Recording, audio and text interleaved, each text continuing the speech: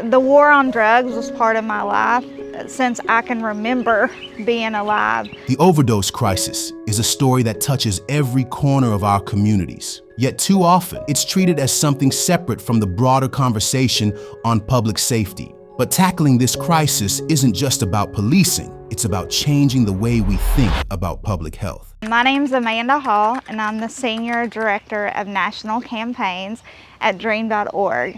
This fight is very personal to me. My mom was absolutely a phenomenal, fearless, strong lady, but she had also been through a lot. She was a survivor of domestic violence and eventually found herself entangled in the criminal justice system. I was devastated in second grade when my mom was arrested. Thank goodness she wasn't incarcerated long, but still that had an impact that has lasted to this day. My journey with the criminal legal system started actually when I was a teenager. I was arrested, but I was taken to school. I truly believe if my skin would have been a different color, that would have been very different. I suffered from a very, very strong substance use disorder. From the time I was 18 till I was 25, I just stayed in incarceration. When I was 25, I received my first felony convictions, and that was devastating. I had two little boys. One was 5,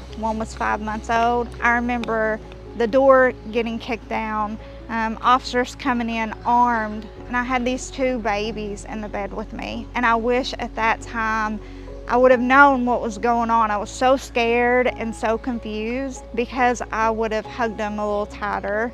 I would have told them a million times how much I love them, because from that time, I didn't see them again for years. My hope is that people don't have to go through that. That when people want help, they're able to get it. They don't have to be separated from their families. They don't have to feel that sense of loneliness and fear that you do when you're incarcerated.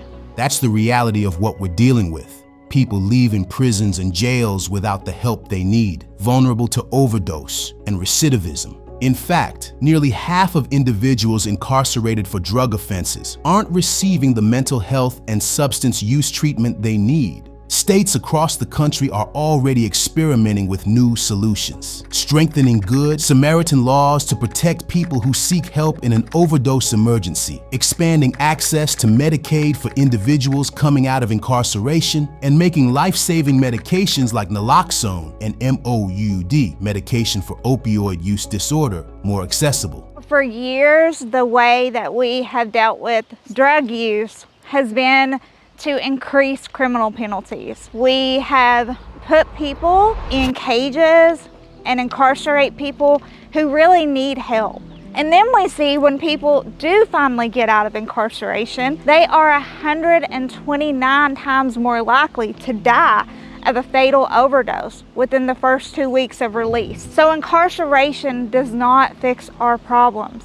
It actually has made them a whole lot worse. So what we really need is a shift away from punitive measures and move more toward public health measures. Measures that actually help folks with the issues that they have and make our communities safer. Here's the facts. Overdose deaths in the U.S. reached an alarming 107,543 in 2023 alone. And it's not just affecting people in certain parts of the country. It's impacting everyone, but especially Black, Indigenous, and Latino communities at growing rates. This issue doesn't just impact me, it impacts every one of us.